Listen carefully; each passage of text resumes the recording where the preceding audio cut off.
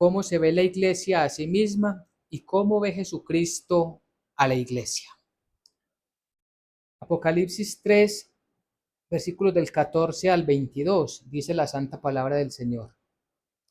Y escriben al ángel de la iglesia en la Odisea: he aquí el Amén, el testigo fiel y verdadero, el principio de la creación de Dios, dice esto: yo conozco tus obras, que ni eres frío ni caliente, ojalá fueses frío o caliente, pero por cuanto eres tibio y no frío ni caliente, te vomitaré de mi boca. Porque tú dices: yo soy rico y me he enriquecido, y de ninguna cosa tengo necesidad, y no sabes que tú eres un desventurado, miserable, pobre, ciego y desnudo. Por tanto, yo te aconsejo que de mí compres oro refinado en fuego, para que seas rico, y vestiduras blancas para vestirte, y que no se descubra la vergüenza de tu desnudez, y unge tus ojos con colirio, para que veas. Yo reprendo y castigo a todos los que amo.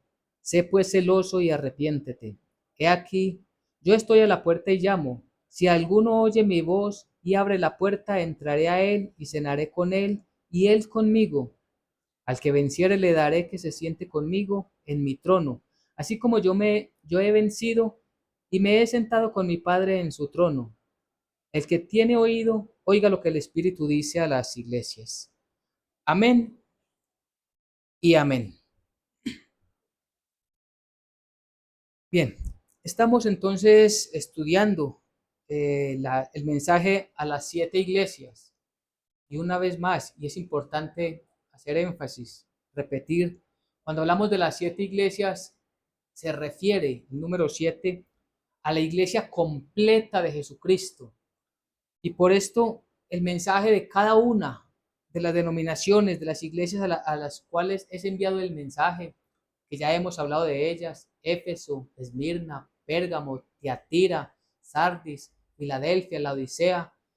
Todas ellas tienen un mensaje que necesitamos estudiar muy juiciosamente, prestarle demasiada atención y buscar la enseñanza para aplicarla a nuestras vidas, para corregir todo aquello que el Señor nos está mostrando y que debemos nosotros cambiar en muchas formas y en muchos estilos de nuestras vidas. La última reunión habíamos hablado de la primera parte del mensaje a la iglesia de la Odisea. En este mensaje a la iglesia de la Odisea habíamos hablado de algo de ella, y entre sus características era que ellas, y a diferencia de otras iglesias, ellas no tenían enemigos internos ni tenían enemigos externos, como sí sucedía con con las otras iglesias. Cada una tenía su situación particular.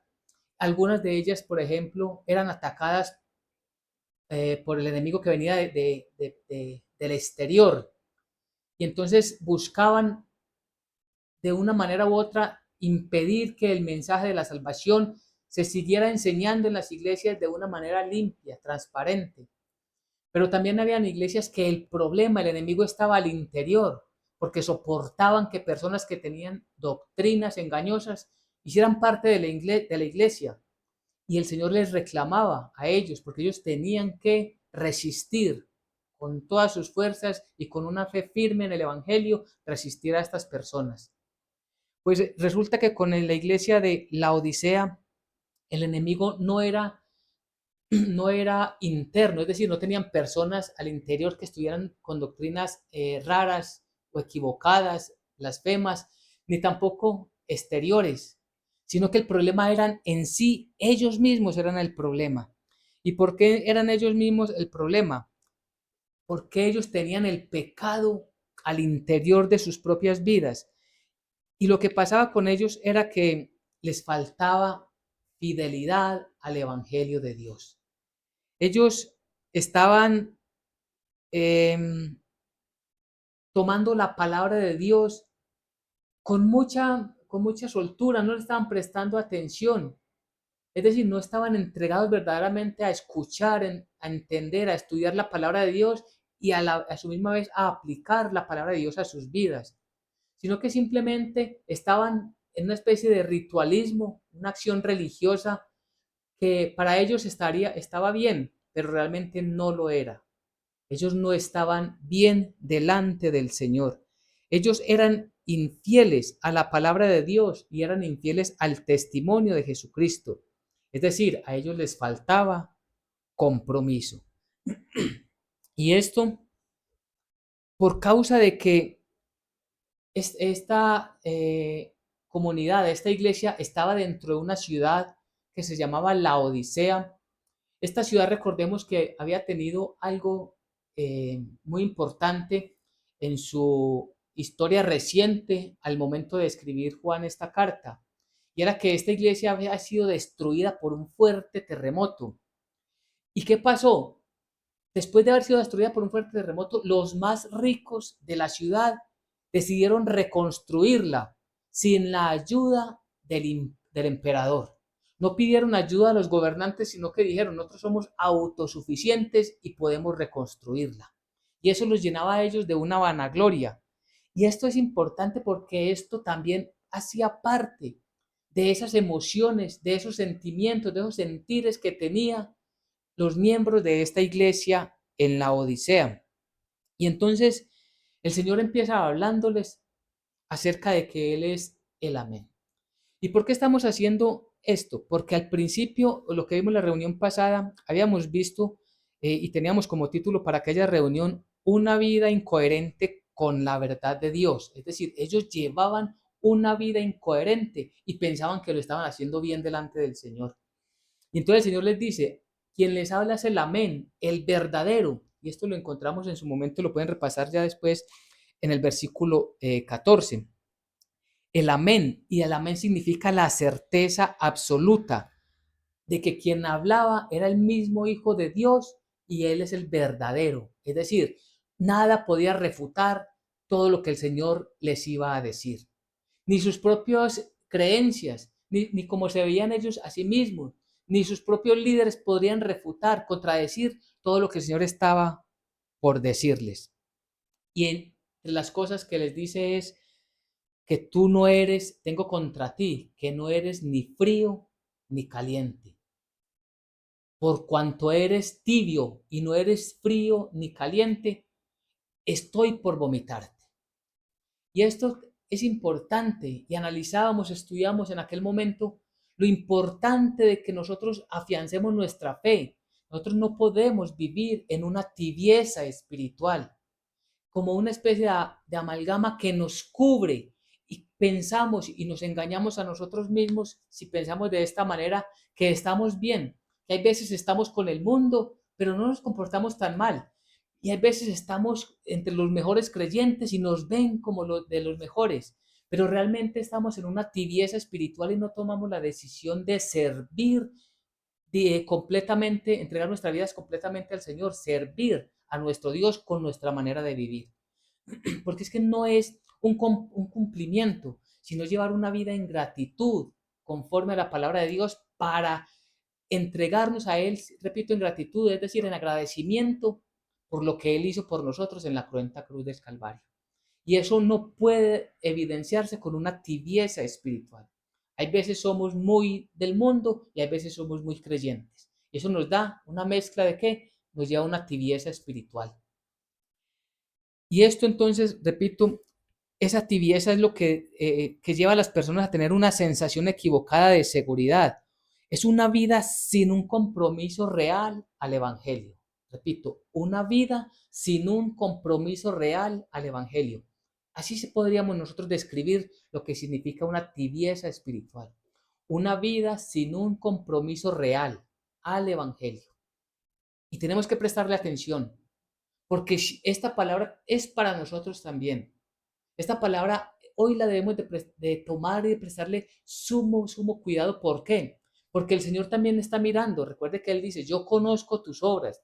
Y ese yo conozco es un presente continuo. Él está viendo todos los días, en todo momento, en todo lugar, en toda situación, qué estamos haciendo nosotros delante de Él, para glorificarlo O simplemente, repito, estamos en una tibieza que creemos que podemos hablar lo que a bien queramos, que podemos pensar lo que nosotros queramos pensar y desear con nuestro corazón lo que queramos, incluso hasta cometer algunos pecaditos, como dicen algunos, erróneamente, y que eso delante de Dios no tiene, no hay problema, pues resulta de que sí hay problema.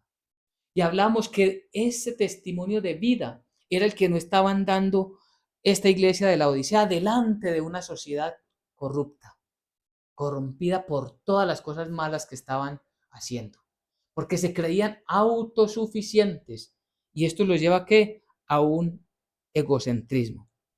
Entonces, al final dice el Señor, terminamos la semana pasada, yo te vomitaré. ¿Y por qué? Porque toda esta situación enferma al Señor. Es esa mezcla de la que hablábamos cuando decíamos que esta ciudad estaba en medio de dos fuentes de agua. Por un lado bajaba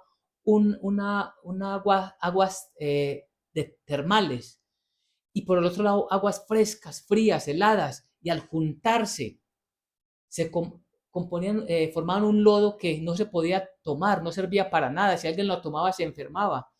Cuando venía el agua, las aguas termales, sin juntarse, sin contaminarse, servían como parte de una medicina o sanación para los cuerpos, para las personas. Pero ya al juntarse no servía para nada absolutamente. Y eso es lo que causa esas náuseas. Eso es lo que dice el Señor, estoy para vomitarte. Y estoy para vomitarte es porque todavía hay una oportunidad. Y a esto debemos prestarle atención. Allí debemos apuntarle cuál es la oportunidad que el Señor nos está regalando. Y es entonces donde llegamos al título del día de hoy, cómo se ve la iglesia a sí misma y cómo ve Jesucristo a la iglesia.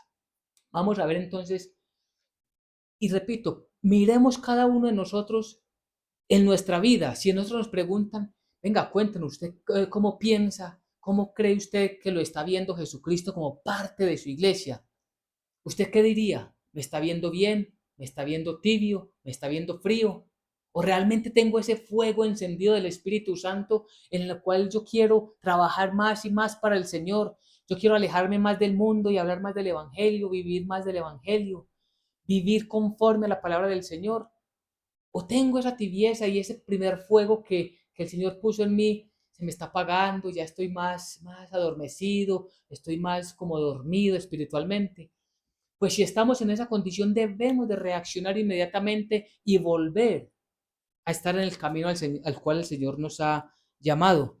Por eso dice el versículo 17, porque tú dices, yo soy rico y me he enriquecido y de ninguna cosa tengo necesidad, y no sabes que tú eres un desventurado, miserable, pobre, ciego y desnudo.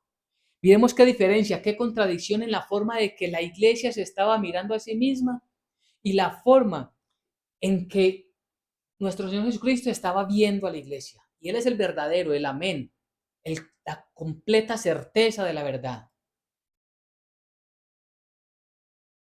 la perfecta y completa santidad.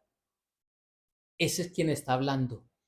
Y está diciendo que ustedes dicen que son ricos, pues yo los veo como pobres, como miserables, desnudos, ciegos, desventurados. Y es que cuando ellos dicen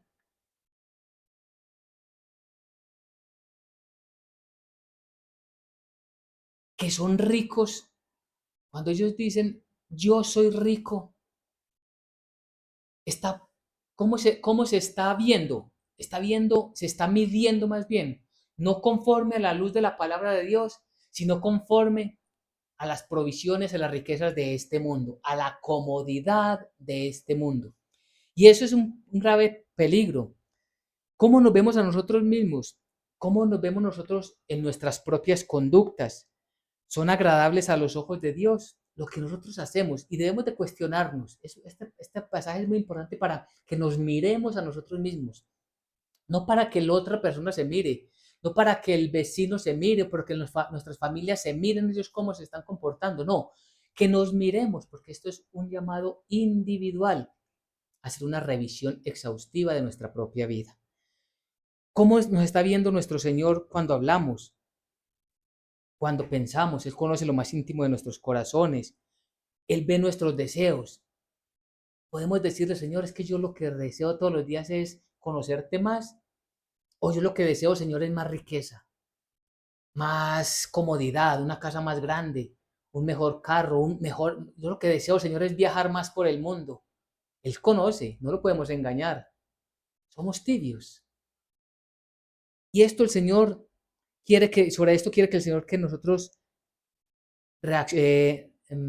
reflexionemos. ¿Cómo están nuestros propósitos y nuestras acciones? ¿Nuestras obras son agradables a Dios o no lo son? O por causa de nosotros sentirnos bien con todo esto, pensamos que también está todo bien delante del Señor. Es decir, por nosotros pensar que por la comodidad que tenemos, porque no tenemos realmente problemas graves que tengamos que solucionar, porque no tenemos esas dificultades que pueden tener quienes eh, son perseguidos por causa del Evangelio, o personas que son perseguidos en la sociedad porque son marginados y porque nosotros no estamos en una situación, estamos bien, pensamos que Dios está agradado con nosotros.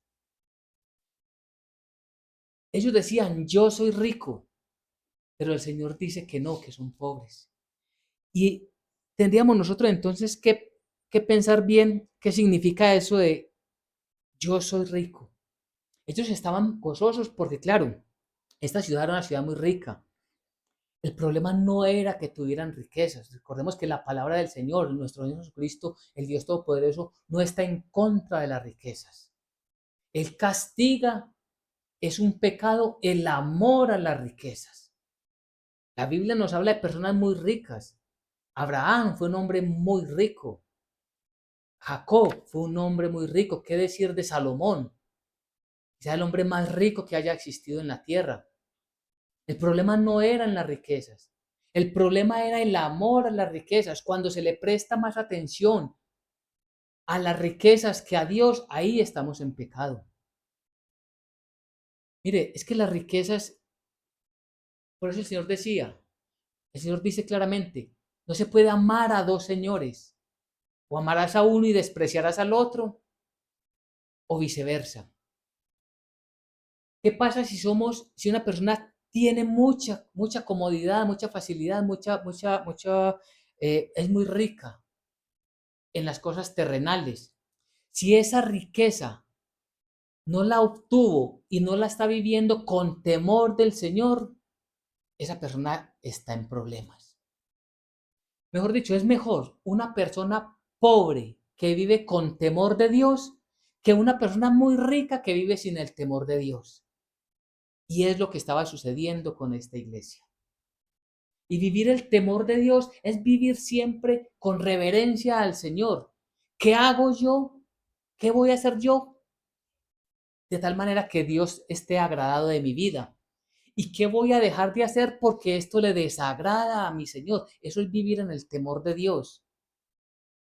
Vivir de una manera reverente delante de un Señor todopoderoso que está con nosotros de día y de noche.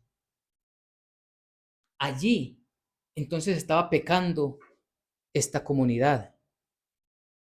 Ellos están viviendo, repito, sin el temor del Señor. Yo soy rico y dice, y me he enriquecido. Miremos, o sea, lo hice yo. No me lo dio Dios. Lo hice yo con mis fuerzas, con mis capacidades. Qué egocentrismo tan triste el que puede tener una persona y podemos tener nosotros si caemos en esta situación. Me he enriquecido. No, lo que tenemos es gracias a Dios.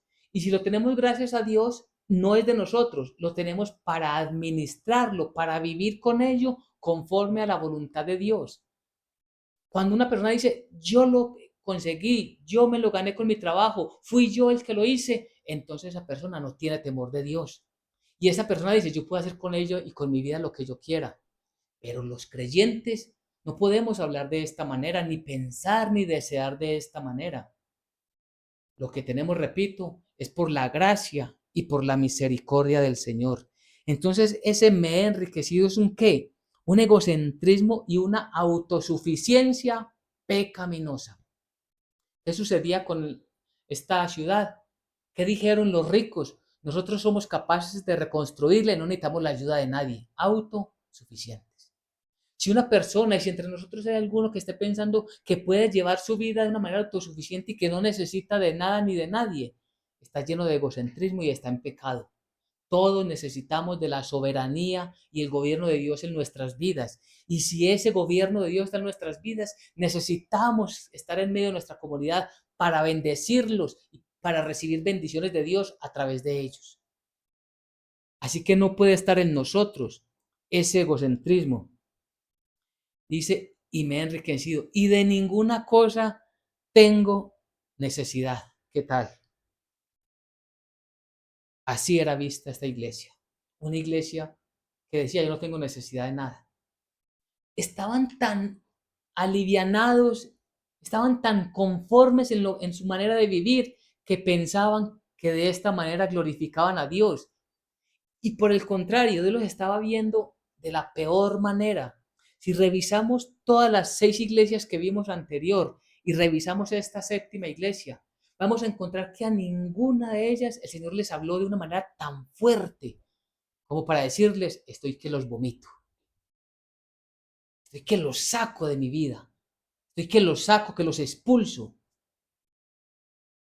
Son términos muy fuertes, pero hace parte de la reprensión de Dios, como lo vamos a ver. Y ahora vemos entonces, ya vimos cómo se veía la iglesia a sí misma, pero ahora vamos a mirar cómo la estaba viendo Dios y cómo nos ve Dios a nosotros. Y no sabes que tú eres un desventurado, miserable, pobre, ciego y desnudo. Miremos la fuerza de las afirmaciones, de los calificativos que Dios da para estas personas. Te repito, no busquemos aislarnos de ellos. Eso era para ellos, no para nosotros. No, cuidado.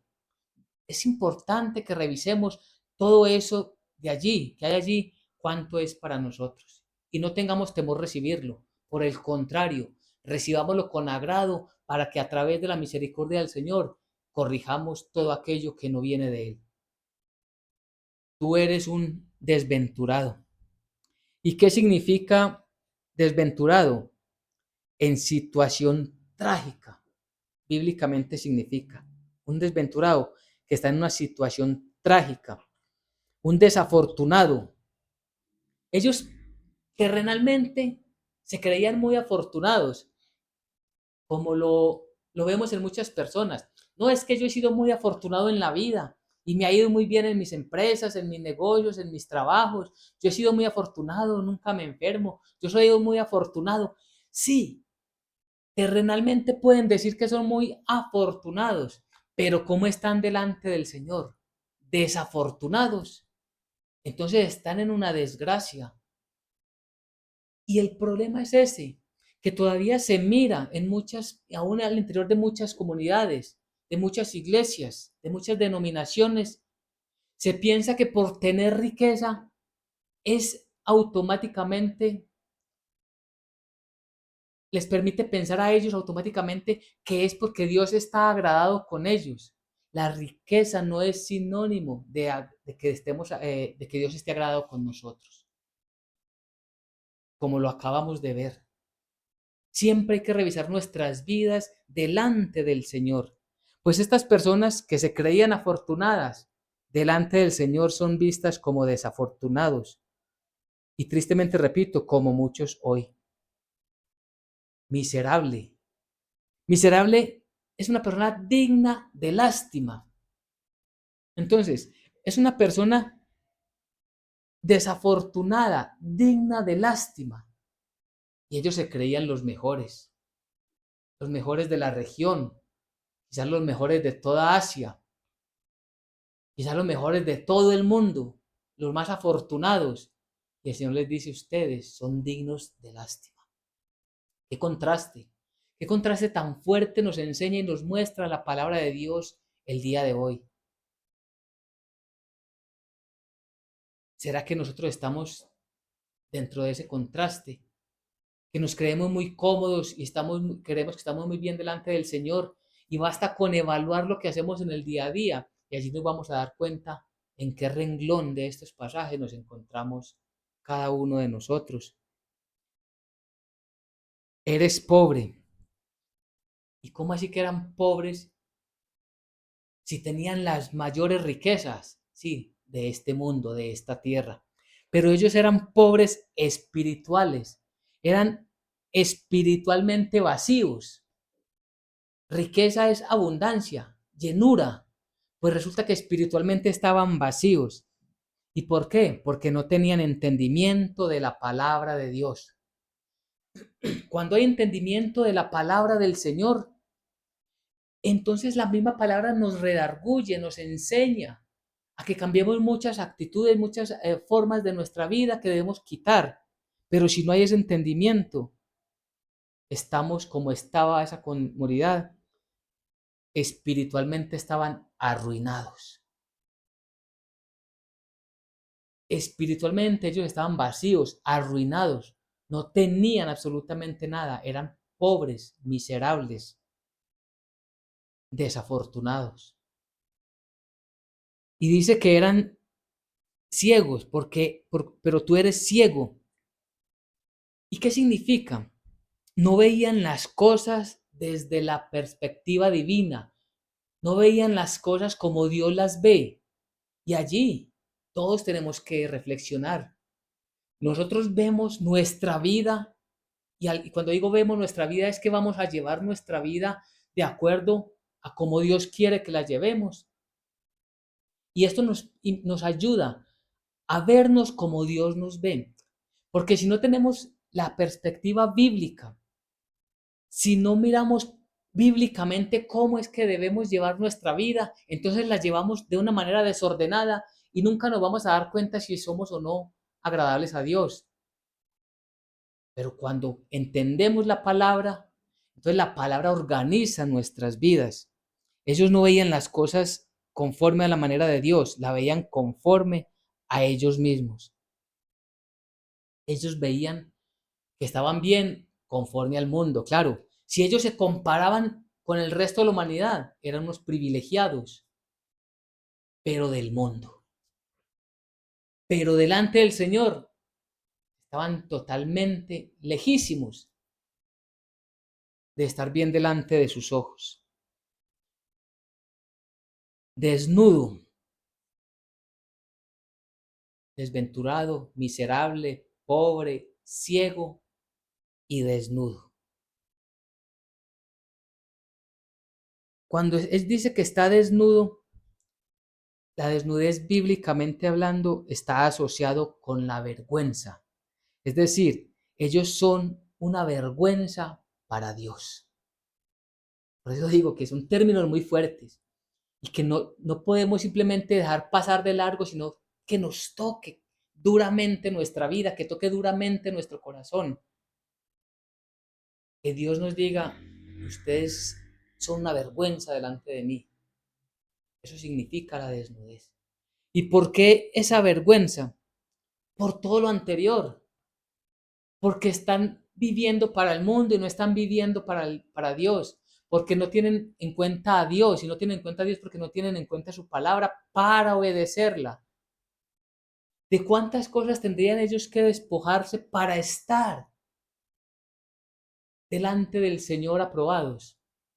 ¿De qué tenemos nosotros que despojarnos o de qué tenemos que cambiar en nuestras vidas para estar aprobados delante del Señor?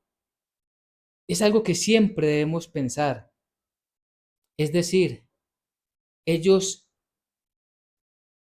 delante del Señor eran repulsivos y estaban muy distantes a lo que ellos pensaban. Estaban muy distantes de Dios. Ellos quizás creían que estaban cerquitísima de Dios, mejor dicho, estaba Dios y después ellos. Por tanta riqueza, por tanta opulencia, por tantos gustos que tenían, por todo lo que podían eh, recibir para su egocentrismo, todo lo que podían obtener para darle gusto y satisfacción a la carne. Pero estaban, eran lejísimos lejísimos del Señor. Repito, el Señor lo estaba mirando de una forma repulsiva. Y entonces dice el versículo 18, por tanto, ese por tanto es importante. ¿Por qué? Es decir, por causa de lo que hemos hablado, por causa de lo anterior, tiene que haber un cambio en sus vidas. Ya que ustedes están en este comportamiento y están siendo desaprobados por el mismo Señor Jesucristo, por tanto ahora escuchen lo que deben de hacer. Y es lo que siempre debe hacer, debemos de recibir de la palabra de Dios en nuestras vidas. Entonces, ¿qué tengo que hacer? ¿Qué puedo hacer entonces? Aquí dice, por tanto, yo te aconsejo que de mí compres oro refinado en fuego para que seas rico y vestiduras blancas para vestirte y que no se descubra la vergüenza de tu desnudez y unge tus ojos con colirio para que veas. Oro refinado en fuego. Recordemos que este ejemplo que nos pone el Señor de cómo se purifica el oro es a mayor temperatura, a mayor grados de calor, más puro sale el oro, por decir oro refinado. Es decir, el fuego quita todas las impurezas que tenía este metal. Y está diciendo ustedes, tomen de mí. Cuando dice compres, te aconsejo que compres que de mí compres, está diciendo que de mí tomes, porque lo que está purificada es la palabra del Señor y ya lo vamos a ver. Jesucristo sufrió todos los tormentos y ha mostrado lo mejor, la divinidad del reino de Dios que quiere Él darnos a nosotros. Entonces, es la palabra del Señor la que nos purifica. Por eso miremos rápidamente Juan 15:3 y allí nos damos cuenta lo que el mismo Señor Jesucristo nos enseñó. Vosotros estáis limpios por la palabra que os he hablado. Es decir, cuando leemos la palabra de Dios y la creemos con fe, la guardamos, es decir, la ponemos por obra, evidenciamos que hemos sido limpiados por el mismo Señor Jesucristo. Y esto es maravilloso. El Señor, el Señor Todopoderoso es el que nos limpia, por eso dice que tomes de mí, que tomemos de Él esa limpieza, que tomemos de Él la sabiduría, que tomemos de Él el entendimiento, para que vivamos siempre conforme a su voluntad. Entonces por eso dice, por tanto yo te aconsejo que de mí compres oro refinado en fuego. Repito que es la palabra de Dios, para que a través de la palabra de Dios entonces sea removida de nuestras vidas todas esas impurezas que tenemos. Importante, importante de leer, de estudiar y obedecer la palabra de Dios. La palabra de Dios es la que nos dice qué estamos haciendo bien y qué estamos haciendo mal. La palabra de Dios es la que nos dice qué le agrada a Dios y qué le desagrada a Dios. Un ejemplo fácil que todos comprendemos inmediatamente. La palabra de Dios dice que no mintamos, que Dios aborrece la mentira. Pues es muy fácil, entonces, ¿cuál es la solución? Dejar de mentir. De esta manera que estoy aplicando la palabra de Dios a mi vida. Esa palabra refinada en fuego, esa palabra santa, pura, pura hasta el extremo, como el oro refinado en fuego, esa palabra plenamente pura, es la que nos limpia de eso, por causa del entendimiento y de tomarla con fe para obedecerla, quita de mí eso, esa escoria que tengo en mi vida. Y así en cada uno de los puntos, cuando leemos la palabra de Dios. Otro ejemplo sencillo podría ser el chisme. Dios aborrece el chisme. Y entonces lo que está diciendo, si eso lo dice la palabra de Dios, entonces ¿qué es lo que yo tengo que hacer? Apartarme del chisme, guardar silencio por obediencia al Señor. ¿Y esto qué hace? Que yo cambie esas actitudes y con esto glorifico a Dios. Cuando una persona que era identificada como chismosa y ahora se ve que es una persona totalmente coherente con la palabra del Señor, ¿qué está haciendo? Mostrando, evidenciando el carácter de Cristo en su vida. porque no fue ella que cambió, fue Cristo que la cambió a través de su palabra.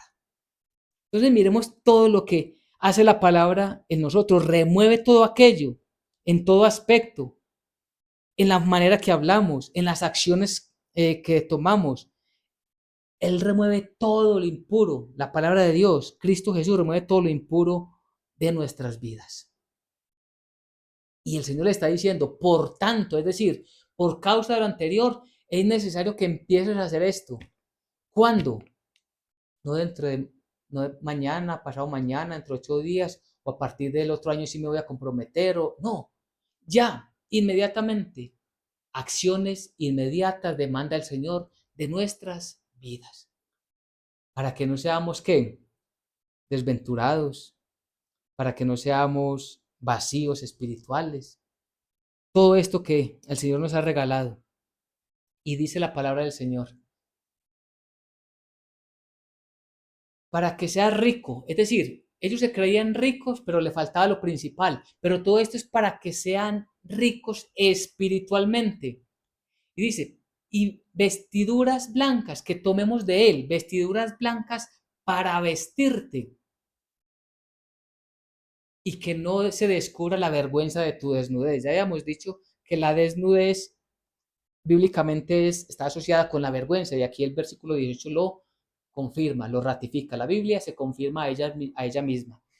Entonces, lo que está diciendo aquí es, para que no se vea tu vergüenza, esas vestiduras blancas, ¿quién las proporciona? Repito, es el Señor el que nos da esas vestiduras blancas. Las vestiduras blancas están bíblicamente relacionadas con ¿qué? Con pureza, con santidad. La pureza y la santidad vienen de Dios. Pero también está relacionado con las buenas obras que el Señor nos ha mandado y nos ha dejado para que las hagamos. Entonces, la suma de estas dos nuevamente nos permiten mostrar el carácter de Cristo. Y empezamos nosotros a vivir no para nosotros, sino para el Señor. Y eso es lo que quiere el Señor que hagamos. En cada momento, en cada situación, reflejemos el carácter cristiano. Es decir, lo que les faltaba a ellos, ¿qué les faltaba a ellos? Que no estaban evidenciando su fe. Ahora le está diciendo, es tiempo de que empiecen. Y para nosotros, nos está diciendo, es tiempo que empecemos todos nosotros a hacer evidentes nuestra fe delante de todo el mundo. Que nos vean como cristianos, que nos vean verdaderamente como unos creyentes que quieren glorificar al Señor, al Dios Todopoderoso. Y de esta manera entonces no se va a ver la vergüenza que le causamos al Señor por nuestro mal comportamiento. Y termina diciendo este versículo, y unge tus ojos con colirio para que veas. El colirio era tomado, era algo que abundaba en aquella región, una planta de aquella región que era utilizada para curar la enfermedad de los ojos. Sobre todo aquellas personas que estaban perdiendo la visión, les hacían un lavado con esta planta llamada colirio y les permitía ver mucho mejor de lo que estaban. Pues lo que está diciendo el Señor acá es que ellos estaban ciegos, es lo que vimos anteriormente, porque no estaban viendo cuál era la voluntad de Dios, sino que se estaban viendo ellos a sí mismos con sus riquezas allí en su lodo. No alcanzaban a ver cuál era la voluntad de Dios. Al tomar en serio la palabra del Señor, van a encontrar, van a ver claramente cuál es la voluntad de Dios para sus vidas. Si nos preguntan, ¿usted sabe cuál es la voluntad de Dios para su vida? ¿Qué contestaríamos?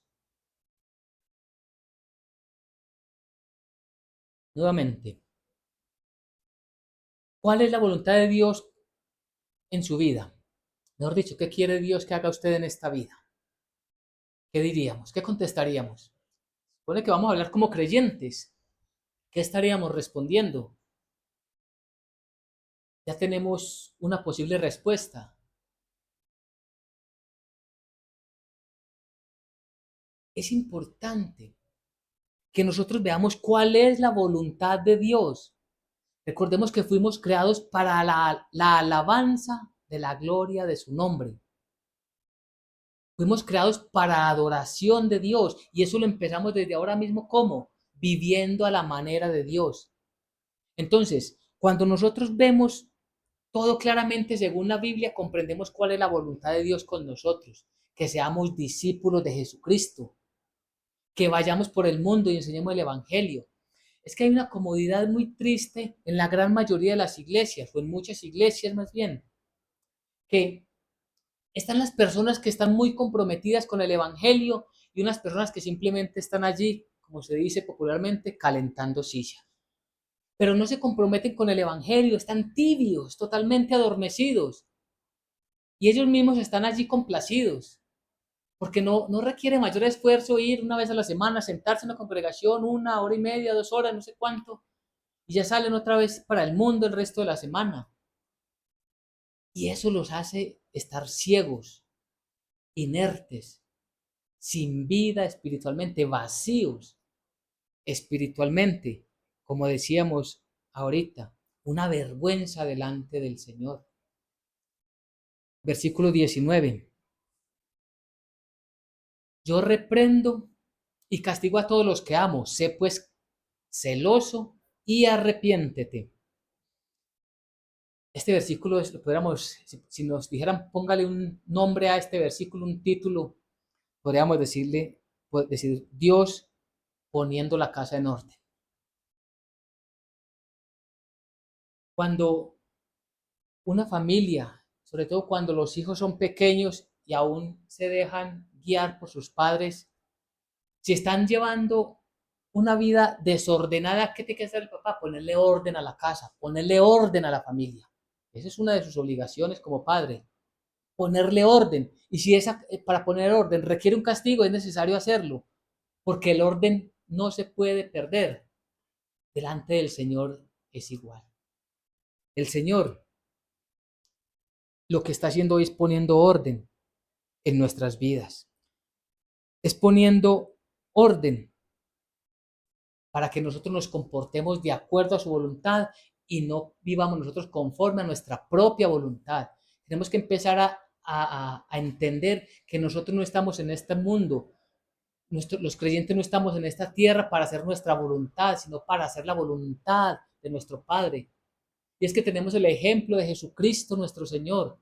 Yo no vengo a hacer mi voluntad, dijo el Maestro, nuestro Señor Dios Jesucristo. Yo vine a hacer la voluntad del que me envió y yo hago las cosas que mi Padre me ha encomendado.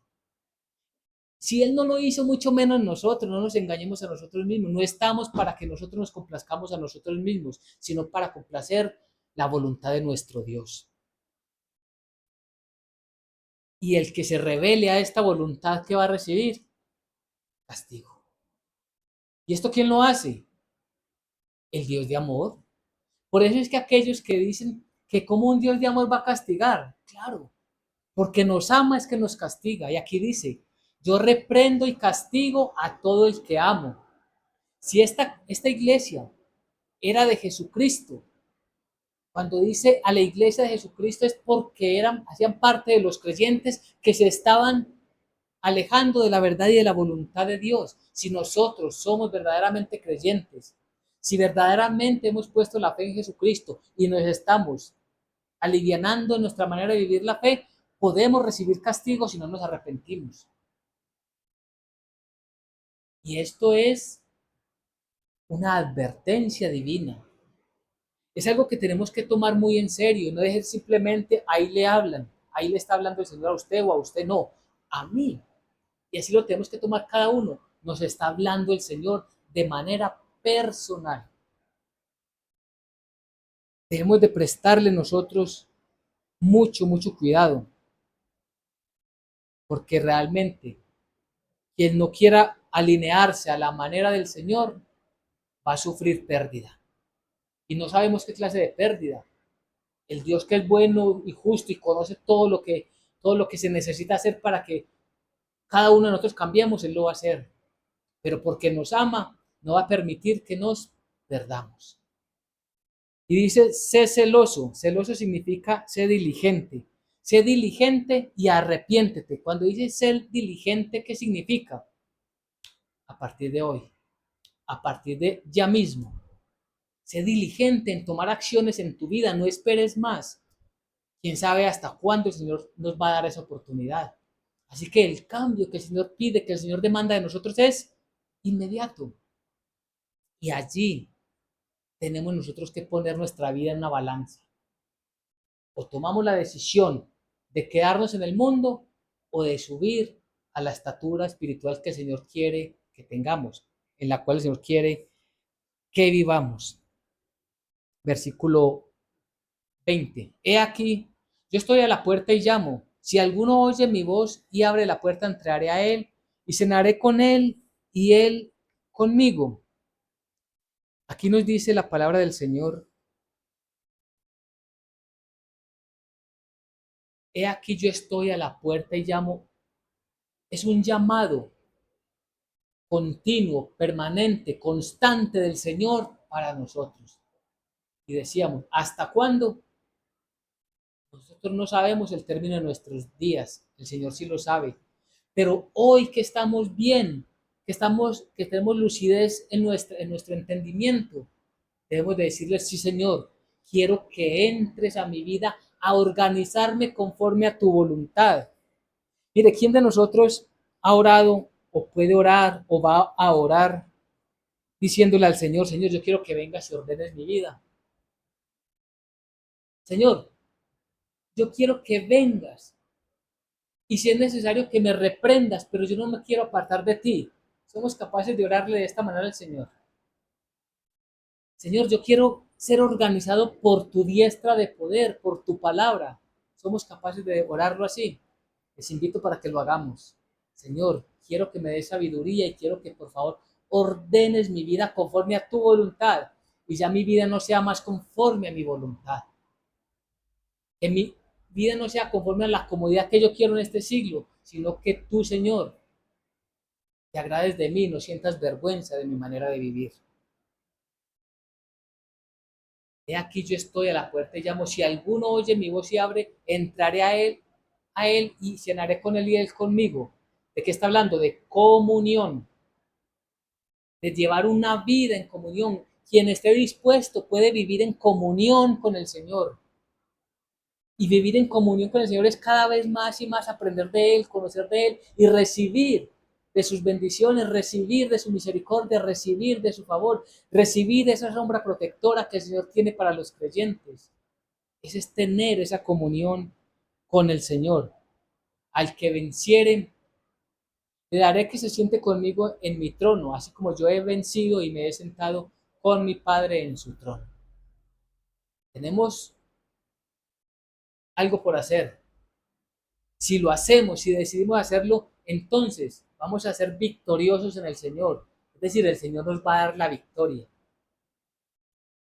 Es un compromiso que debemos tomar cada uno de nosotros de una manera muy seria y constante. No nos puede pasar otra vez que por un momento digamos sí al Señor, pero al final en un día, 2 días, una semana, decaigamos otra vez y volvamos a esa tibieza espiritual. No. Queremos ser vencedores, vencernos a nosotros mismos. Tenemos la ayuda del Señor, tenemos la protección del Señor, tenemos el consejo del Señor, tenemos la palabra de Dios, tenemos el Espíritu Santo, tenemos todo. Basta confiar y obedecer para recibir todo esto que el Señor nos está dando. Unas promesas de bendiciones, unas promesas de gobierno. Ya no nos vamos a dejar gobernar por el mundo, ya nos dejamos gobernar por el Señor. Y a eso, allí, es donde nosotros tenemos que apuntar nuestra mirada. Y termina diciendo, el que tiene oído, oiga lo que el Espíritu dice a las iglesias. A las iglesias. Nuevamente repetimos, esto es para todos. Es un mensaje para todos los creyentes. En todos los tiempos, en cualquier lugar de la geografía de esta tierra, es para que todos escuchemos la palabra del Señor. Es para que nosotros vivamos conforme a su voluntad. Entonces, ¿para qué vamos cerrando? ¿Para qué vamos terminando la enseñanza del día de hoy? Debemos buscar nosotros amoldarnos a los estándares bíblicos y no a los estándares de este mundo. Debemos siempre pensar si lo que estamos haciendo y lo que vamos a hacer principalmente es agradable al Señor o va a ser desagradable. Si el Señor va a mirar con agrado o con desagrado. Es importante que pensemos todos los días que ya no queremos ser más repulsivos delante del Señor, sino que queremos que el Señor nos vea y se agrade como se agradó. ¿Se acuerda que hablamos de un par de iglesias a las cuales el Señor no les dijo nada que tenía en su contra? Pues nosotros tenemos que corregir todas estas cosas que el Señor nos ha dicho para que Él también nos vea de una manera agradable. No nos creamos autosuficientes. No creamos y no confundamos que porque el Señor nos permite tener ciertas comodidades o riquezas, significa que el Señor está agradado con nosotros. ¿Qué confirma si el Señor está agradado o no con nosotros? La santa palabra del Señor. Y por último, seamos como ese oro fino refinado en el fuego. Seamos como ese oro que se deja moldear por el fuego. Seamos nosotros en la mano del Señor, dejándonos limpiar a través de su palabra de aquello que Él no quiere que tengamos. De esas impurezas, de esas malas acciones, de esos malos pensamientos, de esas malas decisiones, esas malas palabras. Dejemos que el Señor se las lleve lejos o se las lleve a la cruenta cruz del Calvario y nosotros vivamos de una manera agradable para el Señor. Y siempre pensemos cómo nos está viendo el Señor, como decíamos en el título, cómo se ve la iglesia a sí misma y cómo ve Jesucristo a la iglesia. Amén y amén.